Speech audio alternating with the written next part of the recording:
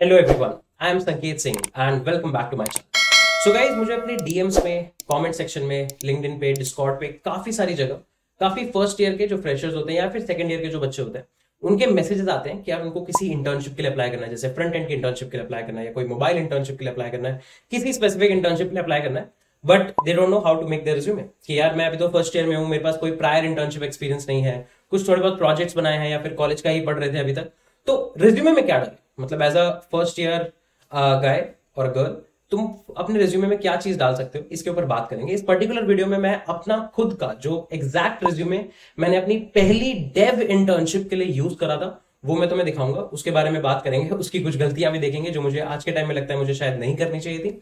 Right, और ये मैं इसलिए कर रहा हूं ताकि तुम्हें एक आइडिया लग जाए कि क्या एफर्ट मैंने खुद अपने टाइम पे पुट इन करा था, what work for me. Similar efforts मेरे फ्रेंड्स ने भी करे थे and trust me, it worked out for them. It may or may not work for you, तो तुम अपनी नीड्स के अकॉर्डिंगली चीजों को चेंज कर सकते हो। मैं तुम्हें अपना पूरा रिज्यूमे दिखाने वाला हूँ, उसकी टेम्पलेट दिखाऊंगा कि किस टाइप की टेम्पलेट कहां से मैंने ली थी, उस टाइम पे मैं क्या कर रहा था, राइट, कैसे मैंने चीजों को स्ट्रक्चर करा था, अपने प्रोजेक्ट्स कहां पे डाले थे, अपने एक्सपीरियंसेस कहां पे डाले थे, डेव इंटर्नशिप से पहले कौन से ऐसी चीजें थी जो मैंने कंसिडर करी थी डालनी। ये मैं सारी बात करूंगा। डू मेक श्योर कि तुम्हें ये चीज दिमाग में हो कि ये मेरी पहली एक्चुअल डेव इंजीनियरिंग इंटर्नशिप से पहले का रेज्यूमे है, इसी रेज्यूमे का यूज करके मैंने वहां पे अप्लाई करा था। राइट, अब ऑफ कोर्स अगर तुम अभी जस्ट फर्स्ट ईयर में आए हो, 2 से 3 महीने तुमने अपने कॉलेज में बताया और पहले का कोई भी प्रायर कोडिंग एक्सपीरियंस नहीं है, तो ऑफ कोर्स तुम ये मत एक्सपेक्ट करो कि तुम्हारे रेज्यूमे में बिल्कुल ही ए टू जेड सब कुछ भर जाएगा। और ऑफ कोर्स तुम कोई पढ़ने का नहीं हो, तुम्हें भी टाइम लगेगा चीजों को सीखने में, वो एक एटीट्यूड बिल्ड करने में टाइम लगेगा। स्टेप बाय स्टेप चलना पड़ता है, पहले थोड़ा डेटा स्ट्रक्चर पढ़ना पड़ेगा, एल्गोरिथम्स पढ़ने पड़ेंगे, ताकि जो इंटरव्यूज में अगर कोई डीएसए क्वेश्चन आए तो तुम उसको भी टैकल कर पाओ, राइट तक। और साथ साथ तुम्हारे कंप्यूटर साइंस के थोड़े फंडामेंटल भी बिल्ड हो जाए। उसके बाद कोई एक टेक्नोलॉजी में भी, मशीन लर्निंग, जैसे आजकल एआई वगैरह काफी ट्रेंड में है, तो मे भी मशीन लर्निंग का यूज करके कुछ, या फिर मोबाइल में कुछ यूज करके, या फिर बैक एंड फ्रंट एंड कुछ फुल स्टैक, किसी चीज को एक पर्टिकुलर फील्ड को तुम पढ़ना स्टार्ट करोगे, उसके ऊपर थोड़े प्रोजेक्ट्स बनाओगे। इसमें तुम अपना फर्स्ट ईयर स्पेंड कर रहे हो, चीजों को एक्सप्लोर करोगे, कॉलेज में नए फ्रेंड्स बनेंगे, सारी चीजों को एक्सप्लोर करोगे, राइट। तो ऑफ कोर्स ये वीडियो ये बात नहीं करेगी कि अगर तुम्हें कुछ भी नहीं आता है तो तुम रिज्यूमे में क्या लिखोगे। अगर कुछ भी नहीं आता है तो इस वीडियो को यहीं पे बंद करो, जाके कुछ पढ़ना शुरू करो। ये वीडियो उनके लिए है कि यार उन्होंने थोड़ा बहुत अपने डेव पे काम किया है, थोड़ा ही सही, मतलब 3 से 4 महीने ही लगाए, क्योंकि ये भी जो मैं तुम्हें रिज्यूमे दिखाऊंगा ये मैंने 5 से 6 महीने डेव में जब स्पेंड कर लिए थे तब का है। 5 6 महीने मैंने डीएसए में स्पेंड करे थे, 5 से 6 महीने मैंने डेव में स्पेंड कर लिए थे, उसके बाद का ही ये रिज्यूमे बना हुआ है। तो उन लोगों के लिए रेलिवेंट रहेगा कि मतलब ऐसा नहीं है कि तुम डेव में एंड टू एंड चीजें जाते हो, बहुत ज्यादा एक्सपीरियंस हो गए, नहीं, अभी तुम्हें अपना पहला ब्रेक थ्रू चाहिए, उस ब्रेक थ्रू के लिए तुम ये रेज्यूमे यूज करोगे और अप्लाई करोगे। तो what worked out for me and what may or may not work for you, उसके ऊपर इस वीडियो में बात करने वाले। काफी इंटरेस्टिंग वीडियो रहेगी, मैं अपने फर्स्ट ईयर का पूरा रेज्यूमे तुम्हें दिखाऊंगा, गलतियां, सही चीजें, सारी चीजें डिस्कस करेंगे। So stay tuned till the very last of the video, and if you have not yet subscribe to the channel, do consider subscribing to the channel, man. This is going to help us a lot in expanding the channel, and so that more and more students can understand what cool things we are actually discussing. साथ ही साथ अगर तुम्हें video बढ़िया लगती है, अगर तुम्हारे कोई सजेशंस हैं, फीडबैक है, तो कमेंट सेक्शन में डालना बिल्कुल भी मत भूलना। If you find the video useful तो please do drop a like, और लास्ट तक देखो वीडियो को, ताकि तुम्हें भी आइडिया लग जाए कि like what work for someone else. हमेशा ये जो डेटा सेट होते हैं ना कि यार ये चीज इनके लिए काम करेगी, इससे फायदा ये होता है कि उसमें से 100% चीजें तुम्हारे लिए काम ना करें, बट मे बी 30 to 40% चीजें जो तुम्हारे लिए तुम यूज करो उसमें से, that may work out for you. So stay tuned till the very last of the video, and without any further delay let's just start. तो चलो यार देखो, ये है मेरा फर्स्ट ईयर का रिज्यूमे। अगेन, जैसे मैंने तुम्हें पहले बताया कि ये रिज्यूमे मैंने यूज करा था अपनी पहली डेव इंटर्नशिप में अप्लाई करने से पहले, राइट। अब तुम यहाँ पे इस रिज्यूमे पे देखोगे तो एक्चुअली मैंने कुछ कुछ एक्सपीरियंसेस ऐड करे। ये कोई भी एक्सपीरियंस एक्चुअली डेव एक्सपीरियंस नहीं है, क्या है क्यों है मैं इसके बारे में बात करूँगा। ऑफ कोर्स ये एक फाइनल फर्स्ट, या मैं कहूँ फाइनली एक बेस्ट रिज्यूमे नहीं है, राइट। इसके ऊपर डेफिनेटली काफ़ी इंप्रूवमेंट करी जा सकती थी। ऑफ कोर्स एक थर्ड सेमेस्टर का बच्चा या सेकंड सेमेस्टर का बच्चा जिस टाइप का रिज्यूमे प्रिपेयर करेगा, ये भी उसी टाइप का रिज्यूमे। अगर तुम इसके फॉर्मेट के बारे में जानना चाहते हो कि ये टेम्पलेट मैंने कहाँ से पिक करी है, तो गूगल डॉक्स पे ये एक बहुत ही स्टैंडर्ड टेम्पलेट है। तुम जाके अगर गूगल डॉक्स पे रिज्यूमे सर्च करोगे तो तुम्हें same to same template actual में मिल जाएगी, राइट। अब तुम देखोगे कि ऑफ कोर्स बहुत कुछ नहीं है लिखने के लिए, राइट, काफ़ी ज़्यादा काम नहीं किया हुआ है एक्चुअली कहीं पे एज एन इंटर्न या फुल टाइम एक्सपीरियंस नहीं है। तो तुम देखोगे काफ़ी स्पेशियस बनाने की कोशिश करी हुई है मैंने रिज्यूमे। तुम यहाँ से देखो, इतना मार्जिन है, ये इतना मार्जिन है, यहाँ पे इतना मार्जिन है, यहाँ पे इतना मार्जिन, राइट। काफ़ी तुम्हें ऐसे स्पेशियस सा फील आएगा रिज्यूमे में, राइट। बट जैसे जैसे तुम चीज़ें करते जाओगे, इंटर्नशिप्स करोगे, कहीं ओपन सोर्स कंट्रीब्यूशन करोगे, कोई कॉम्पिटिशन्स जीत के आओगे, वैसे वैसे ये जो वॉइड है ना, ये जो खाली स्पेस है जिसको भरने की काइंड ऑफ कोशिश करी है मैंने खुद भी, वो फिलअप होता जाएगा, राइट। अब तुम देख सकते हो सबसे ऊपर हाईलाइटेड वे में मैंने अपना नाम लिखा हुआ है। ऑफ कोर्स ये पता लगना चाहिए कि किस पर्सन का ये रिज्यूमे है जिसके ऊपर एक्चुअली सारा का सारा डिस्कशन होने वाला है। अब यहाँ पे मैंने एक वन लाइनर डिस्क्लेमर टाइप का या डिस्क्रिप्शन टाइप का दिया हुआ है कि हु एम आई। टेक्निकली इसकी ज़रूरत पड़नी नहीं चाहिए, तुम्हारा रिज्यूमे खुद में इतना इम्पैक्टफुल होना चाहिए जिससे ये पता लग जाए कि अच्छा ये बंदा कौन सी प्रोफाइल के लिए अप्लाई करना चाहता है, क्या इसकी एक्सपर्टीज है। ये सारी चीज़ें ना बाय डिफ़ॉल्ट क्लियर होनी चाहिए। ऑफ कोर्स इनिशियल पार्ट में जैसे कि मैंने तुम्हें कहा कि स्पेस बहुत ज़्यादा है, एक पूरा सिंगल पेज रिज्यूमे मुझे बनाना है और कंटेंट लिखने के लिए कम है, तो उस टाइम पे ऐसा फिलर कंटेंट ना ठीक होता है। मतलब अगर तुम first year, second year, third year में और बहुत कुछ तुम्हारे रिज्यूमे में डालने के लिए नहीं है, तो ऐसा सिंपल सिंपल जो फिलर कंटेंट होता है ना, वो ठीक होता है। कोई ऐसे दिक्कत की बात नहीं है। उसके बाद यहाँ पे तुम देखोगे मैंने यहाँ पे टेक्निकली अपना यहाँ पे एड्रेस लिखा हुआ था, यहाँ पे न्यू दिल्ली ऐसे पिन कोड, फ़ोन नंबर और ईमेल। अब देखो यार, फ़ोन नंबर और ईमेल तो सही है, बट इस एड्रेस की ना एक्चुअल कोई ज़रूरत नहीं है, क्योंकि कोई भी कंपनी मुझे कोई इंटर्नशिप देगी रिमोट या ऑन साइट, उसमें किसी भी लोकेशन पे मुझे जाना हो अगर ऑन साइट वाली है, तो मेरे करंट लोकेशन से उनको कोई फ़र्क नहीं पड़ता। और वैसे ही मेरी करंट लोकेशन की डिटेल्स उनको बाद में ऑलरेडी पता लग जाती है। इन केस अगर मैं कॉलेज में हूँ तो कहाँ से कॉलेज कर रहा हूँ, अगर मैं ऑलरेडी काम कर रहा हूँ तो कहाँ पे काम कर रहा हूँ, उससे करंट लोकेशन का आइडिया ऑलरेडी बाद में लग जाता है, जिसका तुम्हें प्रूफ वगैरह देना होता है। तो रिज्यूमे में इसको डालने की ज़रूरत होनी नहीं चाहिए, but again as a filler content. और तुम अगर गूगल डॉक्स पे जाओगे ना, तो by default I guess template में वहाँ पे एड्रेस डाल के रखते हैं, तो उससे रेफरेंस लेके उससे इन्फ्लुएंस होके मैंने यहाँ पे ऑलरेडी एड्रेस डाल दिया था। अब तुम देखोगे मैंने 2 कॉलम रिज्यूमे बनाया है, ये मेरा लेफ्ट साइड है, ये मेरा राइट साइड है। अगर मैं राइट साइड की बात करूँ तो तुम देखो राइट साइड में नो बुलशिट नथिंग है, सिर्फ प्रोजेक्ट्स के ऊपर बात करी हुई है। सारे के सारे जो मेरे प्रोजेक्ट्स थे ये मैंने लिखे हुए थे, ठीक है। अब थर्ड सेमेस्टर तक ना मुझे बेसिक वेब डेवलपमेंट आता था। बैक एंड को मैं रूबी ऑन रेल्स में लिख पाता था, फ्रंट एंड में plane vanilla JavaScript HTML CSS वगैरह लिख पाता था, कोई रिएक्ट वगैरह कुछ नहीं। तो उसके बेसिस पे ही जो मैंने प्रोजेक्ट्स बनाए वो मैंने यहाँ लिखे हैं। अब ऐसा नहीं है कि इनमें से कोई भी प्रोजेक्ट ऐसे नहीं है जो मैंने किसी ऑनलाइन ट्यूटोरियल से ना देखे हो। फॉर एग्जांपल अगर तुम ये पैट ऐप क्लोन देखो, राइट, ये एक एक्चुअली में ऑनलाइन कोर्स से लिया हुआ प्रोजेक्ट है। मुझे प्रोजेक्ट काफ़ी इंटरेस्टिंग लगा था, इसलिए मैंने इसको अपने रिज्यूमे में डाल दिया था, वरना जनरली मैं थोड़ा अवॉइड करता था इस चीज़ को। ये जो चिट चैट बॉट और न्यूज़ बॉट है, ये मैंने टेक्निकली एक वर्कशॉप टाइप की अटेंड करी थी। उस वर्कशॉप में इसे हमें बनाना सिखाया गया था, जो कि मैंने यहाँ पे तुम्हें देखो लिख रखा है। इसके अलावा जावास्क्रिप्ट पढ़ते टाइम मैं काफ़ी गेम्स वगैरह बनाता था, जैसे ping pong, tick tech to, ठीक है? और बार स्ट्राइकर, 2048 इस टाइप के मैंने काफ़ी सारी गेम्स बनाई हुई थी। तो मुझे ना गेम्स काफ़ी बढ़िया लगती थी बनाना, और उसको रिज़्यूमे में डाल के ना मुझे थोड़ा इम्पैक्टफुल भी लगता था कि यार मतलब ये थोड़ा-सा डिफरेंट चीज़ लगती थी मुझे अपने रिज़्यूमे की, कि यार मैंने थोड़े-से ना गेम्स डाली हुई हैं, जिससे पता लगता है कि मतलब जावास्क्रिप्ट को सीखने के लिए काइंड ऑफ लाइक एल्गोरिथमिक वे मैंने लिया था। राइट। इसके अलावा रूबी ऑन रेल्स सीखते टाइम मतलब मैंने एक ये साइफर सीक्रेट एक ऑनलाइन जज का प्रोजेक्ट था। इसमें मैं हैकररैंक की एपीआई को कंज्यूम करके काइंड ऑफ लाइक एक ऑनलाइन जज को मिमिक करना चाहता था। राइट, यहाँ पे तुम देखोगे ट्विटर एंड कोरा सिमुलेशन। जब मैं रूबी ऑन रेल्स पढ़ रहा था तो ये काइंड ऑफ लाइक एक पर्सनल प्रोजेक्ट खुद से मैंने बनाया था। ये जो आईसीआईसीसी कॉन्फ ये तुम देख रहे हो, ये एक्चुअली एक कॉलेज वेबसाइट थी। कॉलेज प्रोफेसर्स के लिए एक वेबसाइट बनानी थी। मुझे लगा कि एक्चुअल में मैं एफर्ट मार रहा हूँ तो क्यों ना उसको रेज्यूमे में भी डाला जाए। राइट, यहाँ पे तुम देख सकते हो मैंने एक इंटरैक्टिव रिज्यूमे बनाया था, उसका मैंने यहाँ पे लिंक डाला है। ये बहुत ही बेसिक इंटरैक्टिव रिज्यूमे है। राइट, इसमें एक दो जावास्क्रिप्ट की लाइब्रेरीज को इधर उधर यूज़ करके मैंने थोड़ा सा इफेक्ट देने की कोशिश करी है। अब यहाँ पे मेरे को एक गलती लगती है कि मैंने अलग से यहाँ पे लिंक दिया हुआ है। इस लिंक को अलग से देने का कोई पॉइंट नहीं है, क्योंकि कोई इस लिंक को टाइप नहीं करने वाला। टेक्निकली ये जो सारे के सारे नेम है ना, ये एक्चुअली एक हाइपर लिंक होने चाहिए थे कि कोई भी इनके ऊपर क्लिक करे तो ये मेरे गिटहब रिपो पे या फिर जहाँ पे भी ये प्रोजेक्ट होस्टेड है वहाँ पे ये एक्चुअली रीडायरेक्ट हो जाए। क्योंकि ये जो साइफर सीक्रेट प्रोजेक्ट है या फिर ये आस्क करो प्रोजेक्ट है, ये सब डिप्लॉयड प्रोजेक्ट है। अभी जो आस्क करो प्रोजेक्ट है, ये मैंने एक बहुत ही छोटा सा मतलब ऐसे 10,000 रुपीज़ का एक गिग मैंने फ्रीलांसिंग से ऑप्ट किया था। मतलब किसी फ्रेंड के थ्रू मुझे एक फ्रीलांसिंग अपॉर्चुनिटी मिली थी।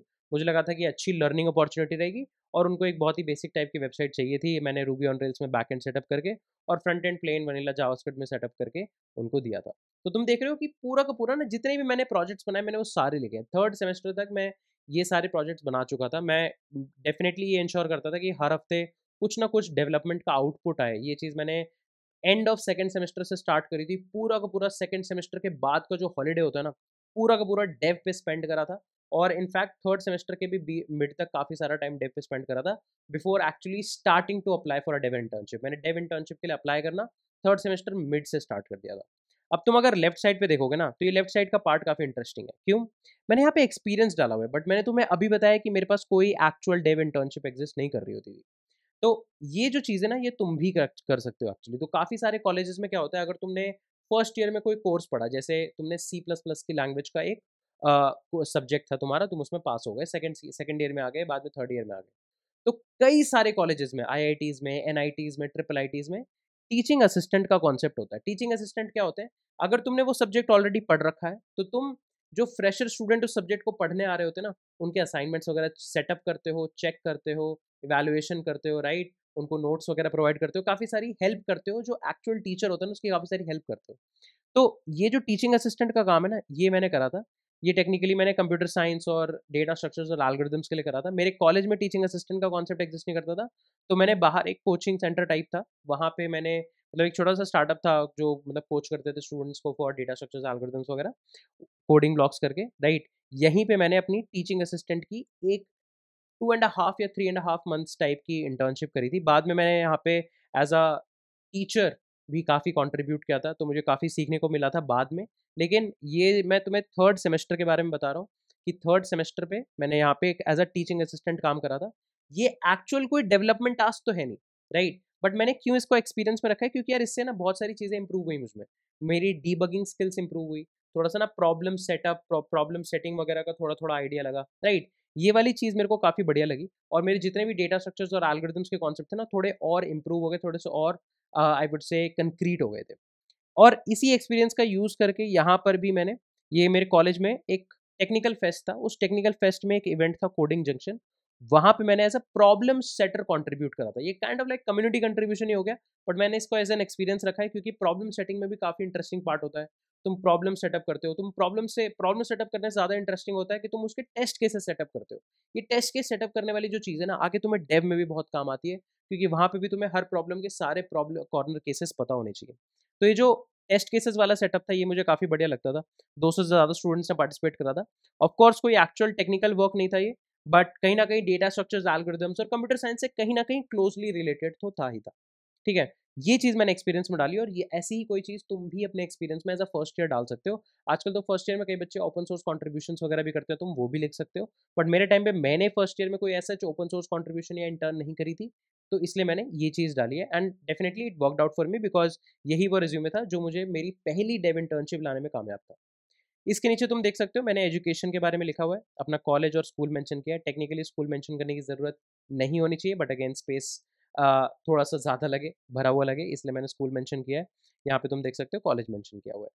अब एक जो बहुत ही ब्लंडर मिस्टेक मैंने करी हुई है, वो है स्किल्स में। यार तुम देख रहे हो सारी स्किल लिखी हुई है। मुझे सी भी आती है, जावा भी आती है, पाइथन भी आती है, फिर जावास्क्रिप्ट भी आती है, फिर रूबी भी आती है। इतना सब कुछ एक बंदे को फर्स्ट ईयर में आना थोड़ा मतलब समझ में नहीं आता। ऑफ कोर्स मैंने काम ज़रूर किया है इन पे, बट जब कोई मुझसे क्वेश्चन पूछेगा, तो क्या मैं खुद को 6, 6 एंड अ हाफ या 7 आउट ऑफ 10 रेट कर सकता हूँ? काफ़ी सब में नहीं कर सकता हूँ।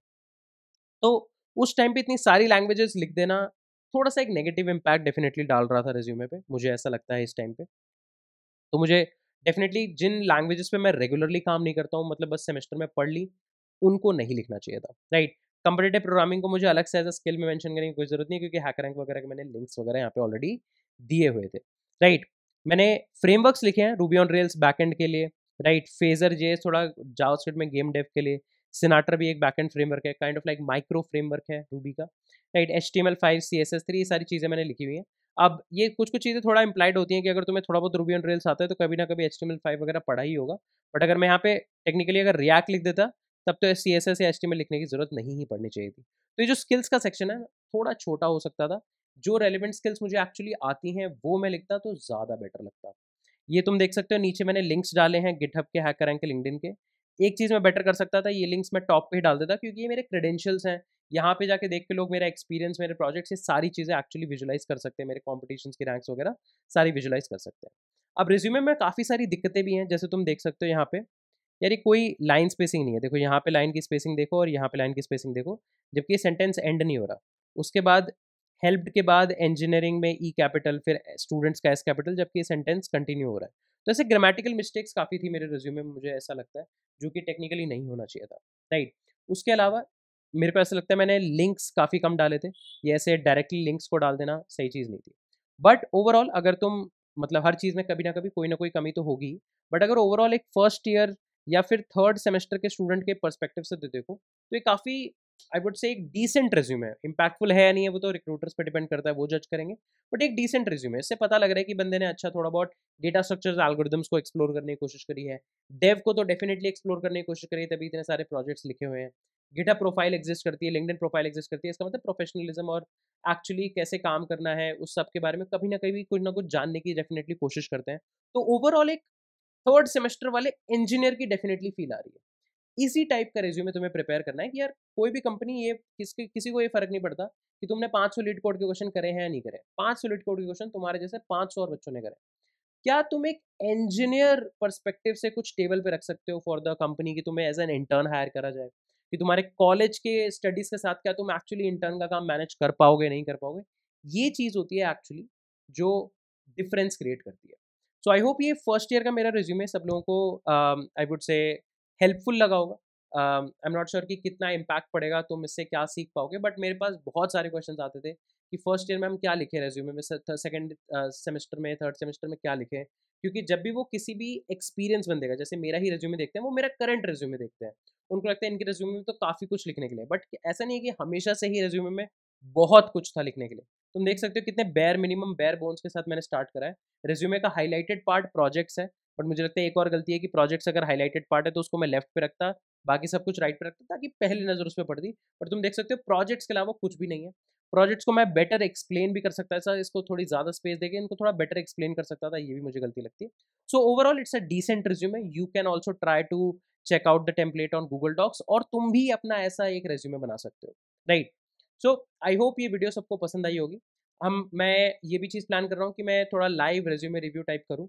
तो if you guys feel that you guys want me to review some of your resumes, do let me know, we can do some live stream and review some resumes there। और अगर तुम्हारा कोई भी फीडबैक है channel को लेकर, वीडियो को लेकर, do drop that in the comment section below, right. If you enjoyed the video और यहाँ तक तुमने पूरी वीडियो देखी है, please please please don't forget to hit the like button and do subscribe to the channel. और अपने बाकी फर्स्ट ईयर, सेकेंड ईयर और थर्ड ईयर के फ्रेंड्स को ये वीडियो शेयर करो ताकि उनको आइडिया लगे कि how to start at least making an resume. कभी भी फाइनल रिज्यूमे फर्स्ट शॉट में नहीं बनेगा, तुम धीरे धीरे धीरे धीरे उसको इंप्रूव करते हुए जाओगे। दैट बीइंग सेड, इस वीडियो को यहीं पर रैप अप करते हैं, हम लोग मिलेंगे नेक्स्ट सेट ऑफ वीडियोस में। Till then take care guys, bye bye. I am Sanket Singh signing off.